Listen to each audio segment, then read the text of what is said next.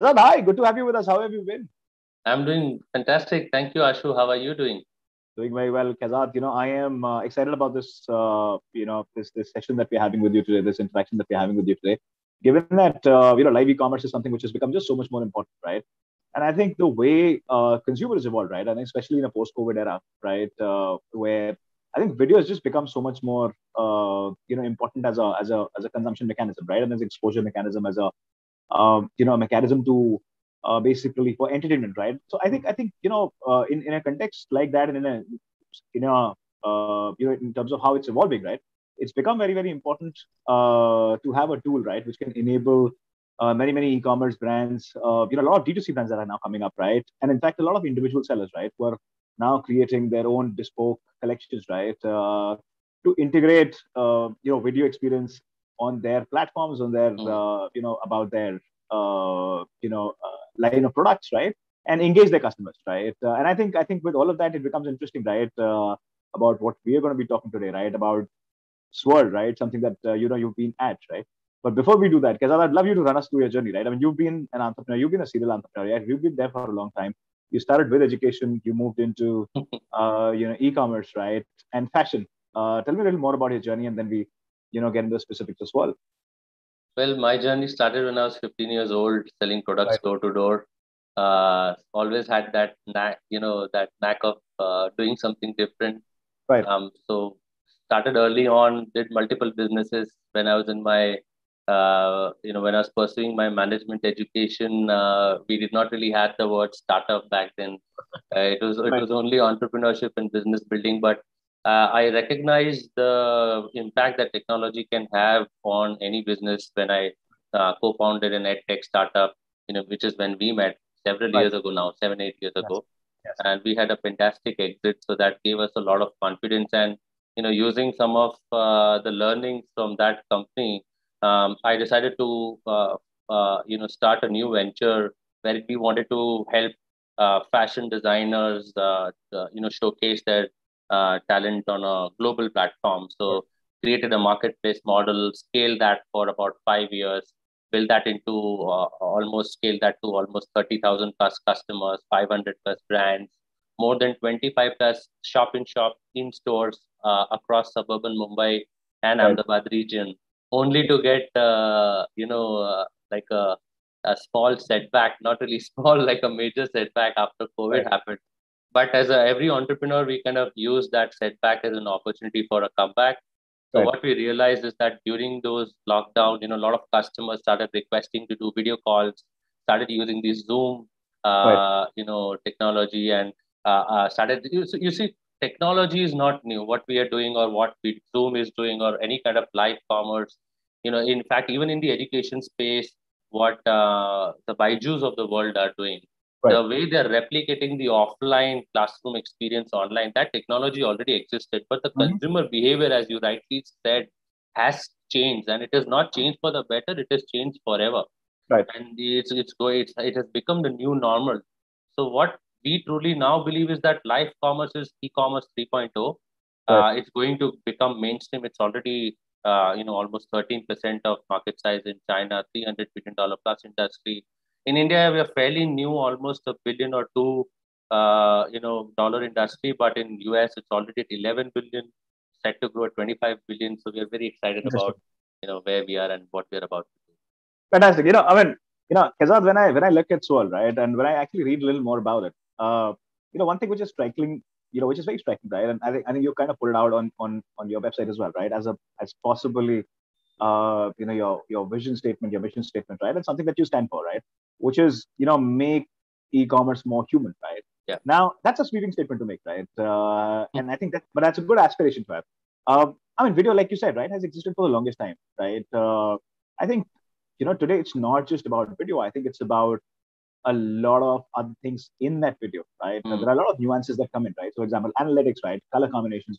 There are like many things, right? And I think today, with the analytics platforms that are out there, right? They're also factoring in a lot of other influence that exists, right? So a video is not essentially a video in a two-dimensional format, right? It's a more dynamic form of a representation, right? Of what a customer is most likely going to be consuming, right? There's a lot of AI ML, for example, which is now being built, right? Where a lot of auto-generated, videos are going to come up, right? Where do you stand extremely tech-oriented landscape, right? What are some of the features that Swirl stands for that differentiate you vis-a-vis your competition? There's no doubt that video is, going to become 82% of global internet traffic by 2023. So it is obviously the new normal how consumers consume the internet. Right. And we believe that it's more relevant than ever to build interactive layers on top of this existing video technologies, which is what Swirl does. So Right. what we have done is that we have used some JavaScript layers and our existing proprietary technology, and we have built an interactive layer on top of this video to make that experience of shopping more human-like. Okay. So we have used text, WhatsApp, we have used SMS, and we have used voice communication to along with certain e-commerce features to enhance the whole shopping experience for the end customer. And while all these interactions are happening between the buyer and the seller while the video is on, there is another layer of analytics that sits on top of these interactions that Swirl captures and attributes each and every interaction and each and every add to cart activity that happens, or each question that gets asked by the buyer to the seller, or each product that gets showcased by the seller to the buyer. All these analytics are then recorded and saved on our backend and shared with the brand, so that the brand can drive much more intelligent business decisions. Because you see, that is what is lacking today. Traditional social media platforms have become walled gardens. They really do not give you access to customer data. You have, besides who is liking your product, or how many views your video got, there's no real analytics that you get in terms of who is the customer, where did they come from, which product are they interested to buy, how likely are they going to purchase your product, or it doesn't have any kind of sentiment analysis or emotional analysis. So we are using our tech stack to ensure that all that deep learning happens, and analytics is driven back in form of actionable insights back to the brand. Very interesting. Kajal, I'd love to talk about the consumer journey, right? But before I do that, I think there's one thing which is absolute standout, right? And that is the temperament of the consumer, right? So essentially, what is happening is, because of course, people are consuming so much more content, right? And there are elements like, for example, there's TikTok that happened, there's Reels that happened, right? What has essentially happened is that the consumer focus is now kind of coming down, right? In a big way. Decision making is coming down in a big way, right? I mean, Instagram is picking up, right? And like I said, Reels is picking up, right? So I think and I think it's kind of complicating it for publishers, brand owners, right? How do you create very quick content, right? 15, 17, 20 second sort of content, right? What's your sense of that? I mean, what do you make out of that, right? That's a very difficult environment to operate in, right? You really cannot establish a relevant relationship. I mean, you just have to strike it within the first 5-7 seconds, right? And that's the only window that you have, right? That's only possible in a static visual medium, right? So while, of course, there's a huge conversation which is going around, what videos can do, how can videos empower conversion?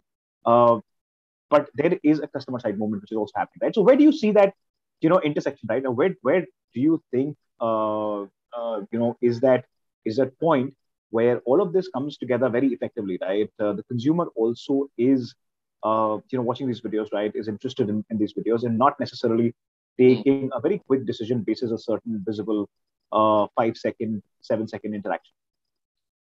I'll give you two statistics. Sure. Globally, over 76% of carts are abandoned, which means 3 out of every 4 shoppers abandon the cart and they don't check out. Right. Another statistic which will boggle, about 55% of traffic that comes to your website spends less than 15 seconds browsing.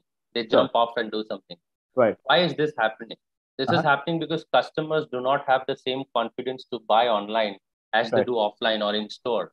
So this is where interactive videos play a very big, and this is why short videos have taken up by a big margin and brands have started to leverage, because you get those 6-7 seconds to capture the imagination of the customer, and then hopefully but then unfortunately then brands have to hopefully wait and watch that they will take action. But then customers want to interact. If you see a product, You like a product, you want to ask a question. There's nobody to answer. There's no way for you to ask the question. Right. You just jump off and do what you're doing. You skip to something else.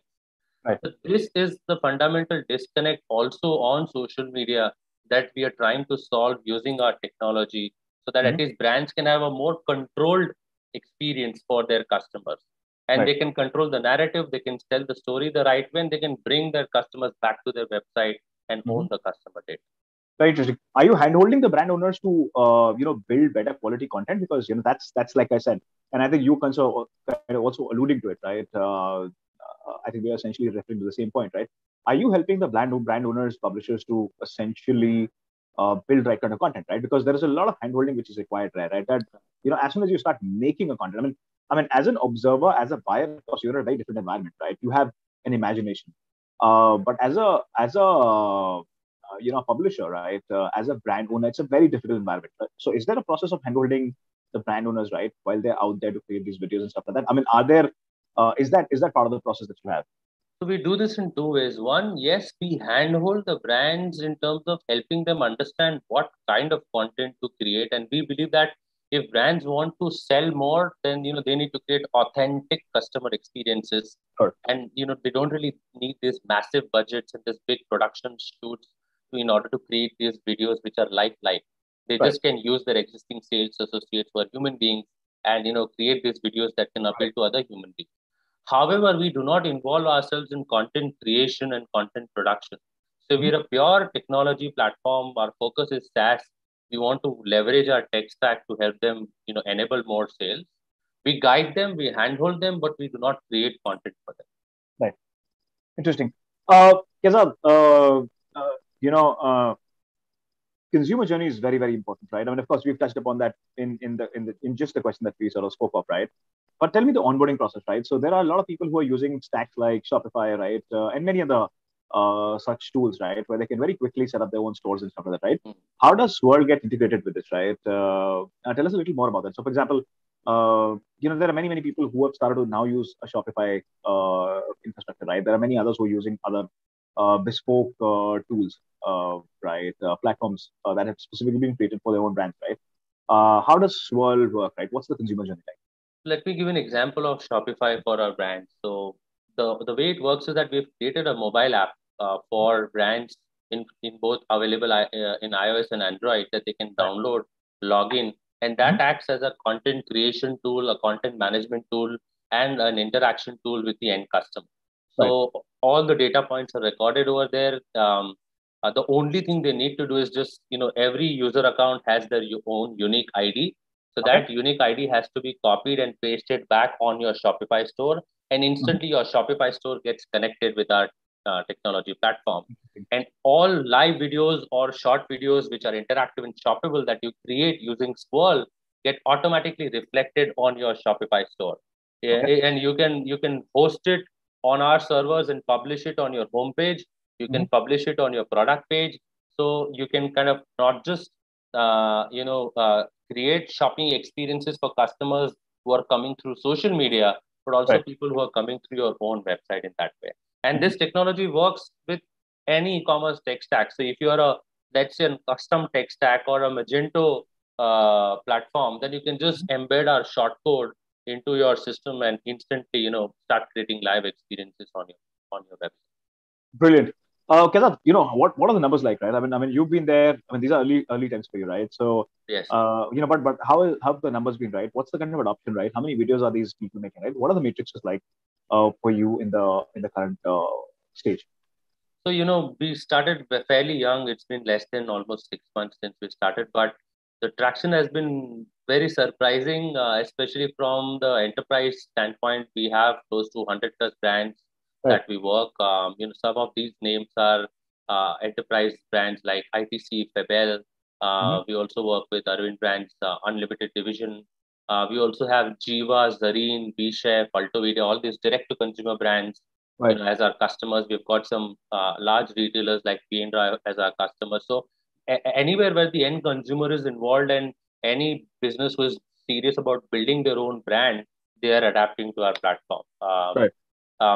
We are also seeing a lot of traction outside India. So, very shortly we'll be announcing our pilots in North America, in Europe, or in Brazil, in Japan, we are very surprised by the kind of awareness that business owners already have, Right. in terms of live commerce and video shopping, and they're ready to kind of roll up their sleeves and try new innovative ways to engage their customers and increase Right. their customer lifetime value.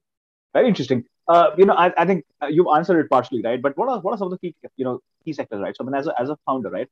Yeah. When you possibly, I mean, very early phase, right? I think you don't necessarily calibrate. I think you just kind of phase of acquiring, right? More and more and more, right? And which is actually the right way to do it, right? Given that I mean, I think a lot of things need to be proven, right? But I think as an entrepreneur, right, there is a certain methodology that you have in place, right? There's a certain vision that you have in place, right? So, I mean, Kesat, if I'm to ask you, right, what are some of the key sectors that you would want to essentially be contributed, right? So, say possibly a year down the line, right? How would you look at your the cohorts, right? On Yeah. the verticals, right? So, for example, is fashion going to be, say, a good 30% of what you do, right? Is jewelry going to be big 20% of what you do, right? What are some of the marquee brands that you want to acquire in the process? I'd love to know a little more about that.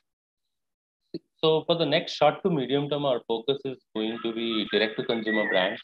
And if you see global trends in live commerce, about 55% of fashion and lifestyle brands are kind of trailblazing Right. this entire category. So they are the ones who are most likely to adapt, followed by beauty and personal care. Roughly about 17 to 18% of live commerce GMV is going to be contributed by these brands. Right. These two are the ones which are going to be the the most contribution. We are also seeing very strong traction from jewelry brands, considering there are high AOV purchases, and also the repeat visits are also much higher from the same customer, the repeat purchases. Besides this, we are also starting to see some really exciting growth coming in from electronics and home appliances category. This is where those back in the days we used to watch this tele shopping channels wherein they used to sell these products. So that category is also now starting to come into mainstream, and we're going to see more and more such brands. This is what I see in the short and medium term, but I sincerely feel that in the long term, we are going to have other industries also get disrupted with live commerce. And I'm actually thinking industries like real estate, industries like banking, anywhere where the brands have to directly connect with the end consumer and kind of showcase a specific product, demonstrate the use case. The same thing that they are currently doing on phone calls, they can do it through live videos and interactive videos. So that is what is something that we would also start investing our energies maybe 1 year down the line in order to kind of open up new market verticals for our company. Very interesting. Kesat, I'm gonna take a side step, right? And I'm gonna actually ask you a little more about social media, right? I mean, social media and commerce is kind of coming together, right? The consumer is there, right? The consumer is on the platform. And I mean, look at Instagram, right? Where I mean, I can engage with the brand. There is amazing content, right? In a video form, in a pictorial form, right? I can pick and choose. I can quickly go to the shop, right? There's a lot of that videos that are already getting made, right? There's a lot of all content that is already getting made, right? And all the categories that you highlighted, right, are essentially doing the same, right? I mean, the fact that D2C has become exciting, right, is essentially largely coming from the offtake that has happened on Instagram, right? There are a lot of small experiments which have now taken up beautifully, right? Do you think that's a competition for you, or do you think this is something which is going to coexist in its form and way, right? What's your sense of it?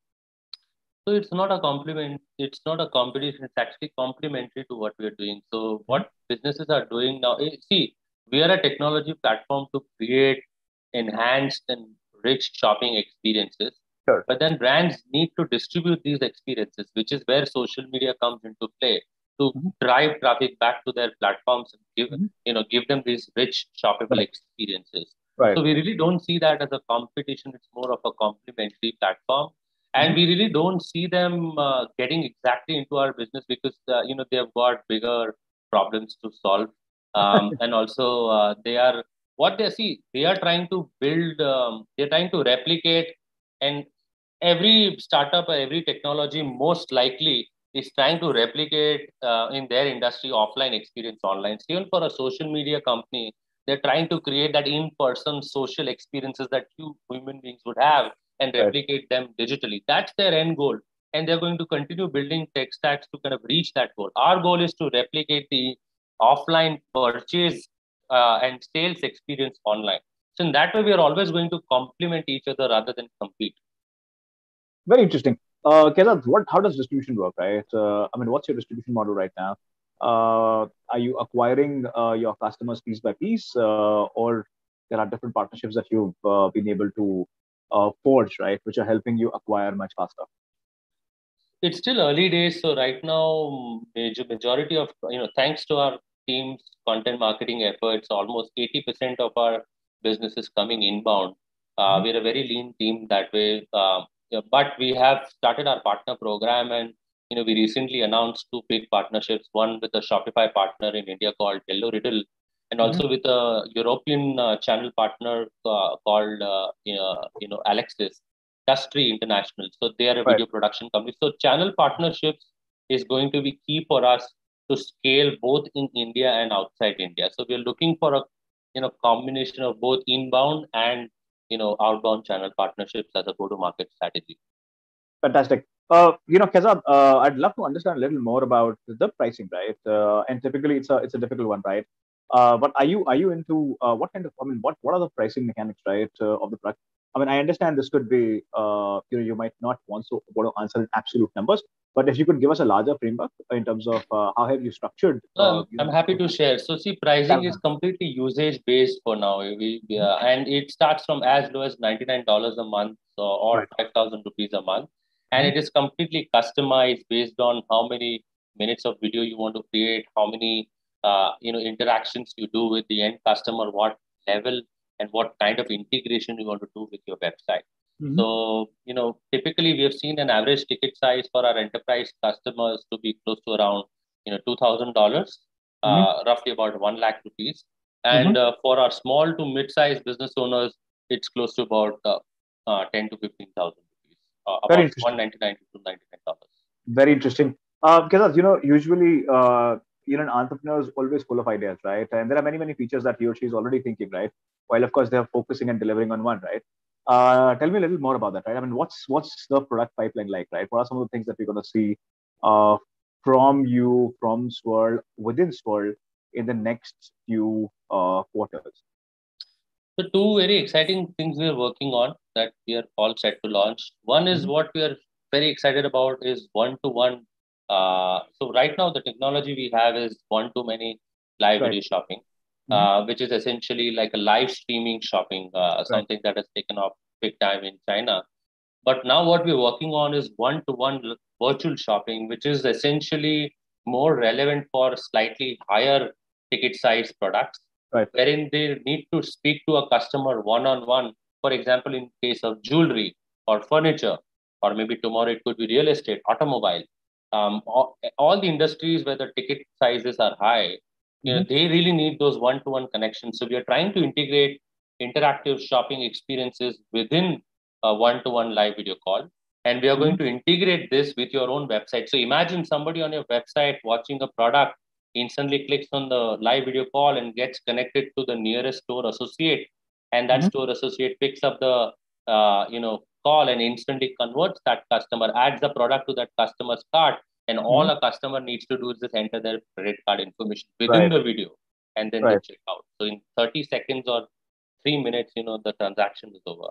Right. That's the future that that we're quite excited to about building, and all this without consumer ever needing to download a mobile app. It's all happening through web browser. So we Right. believe that that's the going to be the future. Apps are kind of starting to become redundant, at least for the end consumers.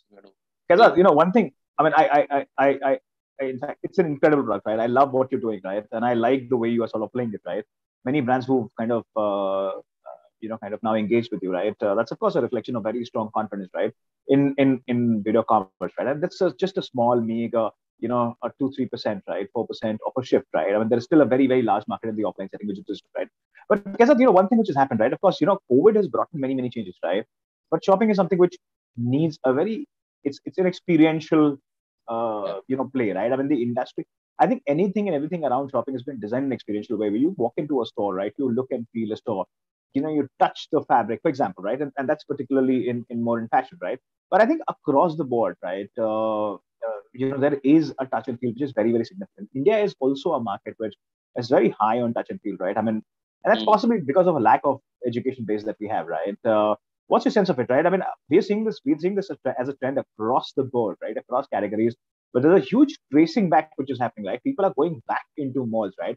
So, for Yeah. example, while of course there is lockdown, a partial lockdown, all of that, right? We're still working on the third wave, right? Uh, but people want to go back, right? What happens in an environment like that, right? I mean, how difficult, would it be for you while the consumer wants to go back in a real environment, right? Or do you think these are things that are going to continue to coexist, right?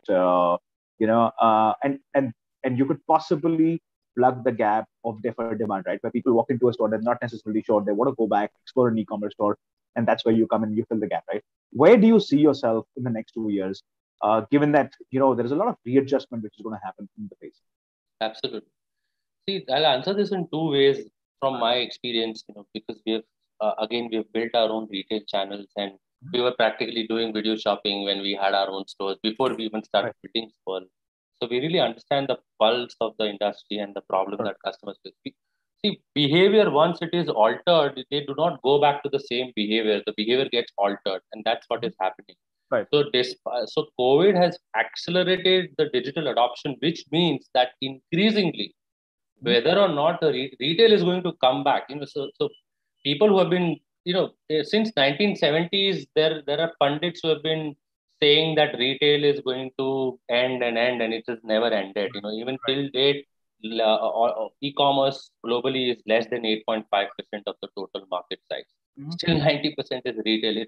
So retail is going to coexist with digital, but the lines are going to get blurred.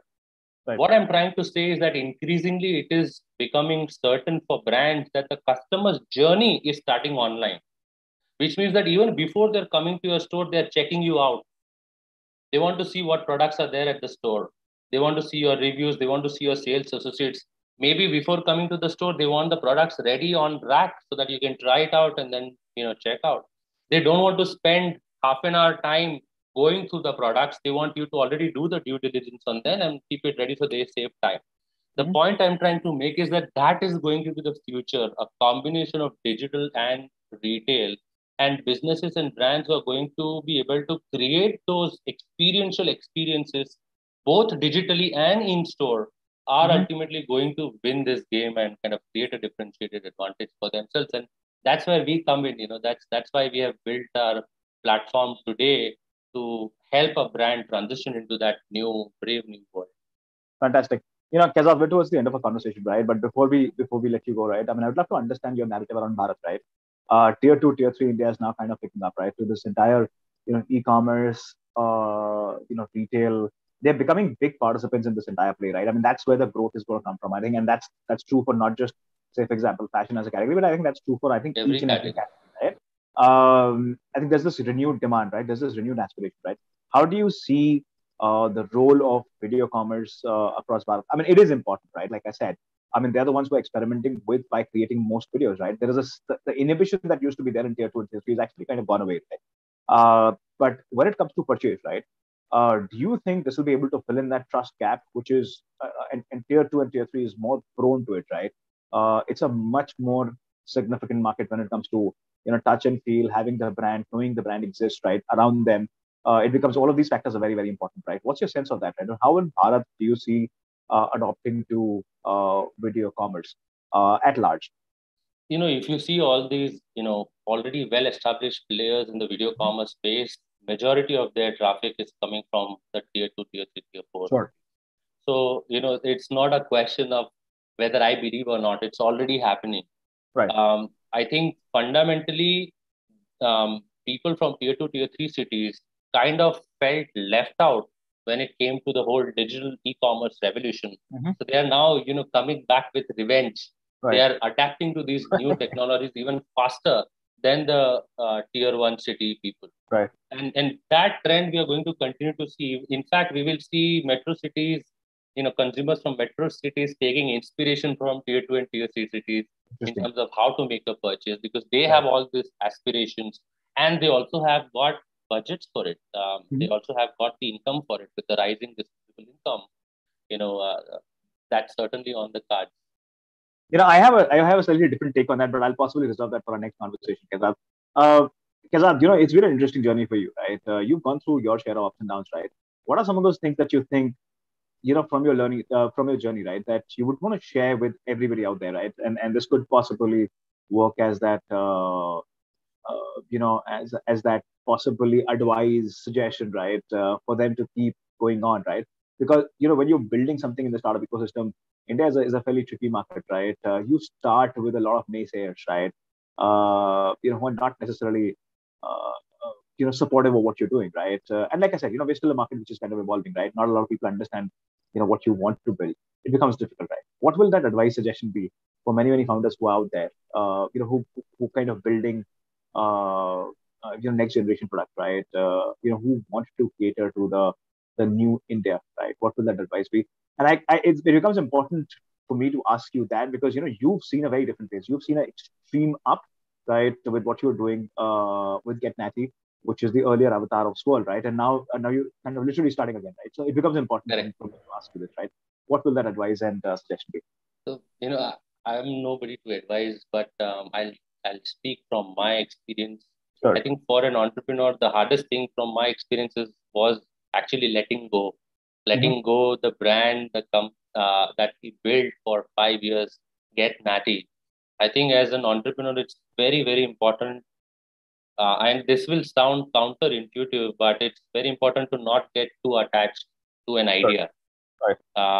We have seen this hundreds of times. Ideas are dime a dozen. It's all about the right. But I'm not talking about that idea. I'm talking about that the vision and the execution roadmap also always continuously keeps on changing. I think the only thing that has helped us so far, thus far, and hopefully will continue to help us in the future also, is that we were constantly picking up the phone and speaking to customers and using their feedback to go back to the drawing board, rethink our business model, rethink our product roadmap, and constantly use that, a combination of our vision and the customer's feedback to keep throwing out these experiments. And the ones that stuck around, the ones that got good feedback from the customer, we took that into consideration and built a product out of it. And the ones that didn't, we put it on the sideline. And this is very, very difficult to implement. It's very easy to say, but an entrepreneur has to do literally a million things, from managing a team to hiring to product management to fundraising to shareholders management and all these things. It becomes very easy for you to get distracted from what the really important thing is. Right. And even if you don't spend 2 to 3 minutes, 2 to 3 calls a day, at least with your customers, then I think you are missing out on the future that you're about to build. So my only advice would be to always and always with, दो investor call कम करोगे तो चलेगा, एक कम person को higher करोगे तो चलेगा, थोड़ा फंड कम रेस करोगे तो चलेगा, बट कस्टमर से बात नहीं करोगे तो नहीं चलेगा. Sooner or later, you have to run out. Yeah, I mean, I honestly, I think each founder has a journey, right? Each founder has a story, and each founder has a learning, right? Which I think, and I believe, and why did I ask you this, right? Is because it's important that they share their version of it, right? There are, and like I said, everybody has a different motivation, right? And I think you never know how your motivation can actually help many others, right? In terms of being able to visualize, prioritize, service, deal with internal challenges, right? And there are quite a few in that journey. Kazad, it was a pleasure to have you with us. Thank you so much for taking the time. I love this conversation. Right. I wish you all the very best, and success for all the hard work that you've been putting in, right? And how you want to revolutionize, the retail industry, right? And how do you want to bridge that gap between, and create that trust, more importantly, right, between what exists digitally and what exists in an offline setting, right? Keza, it was a pleasure to have you with us. Thank Thank you you. so much for joining.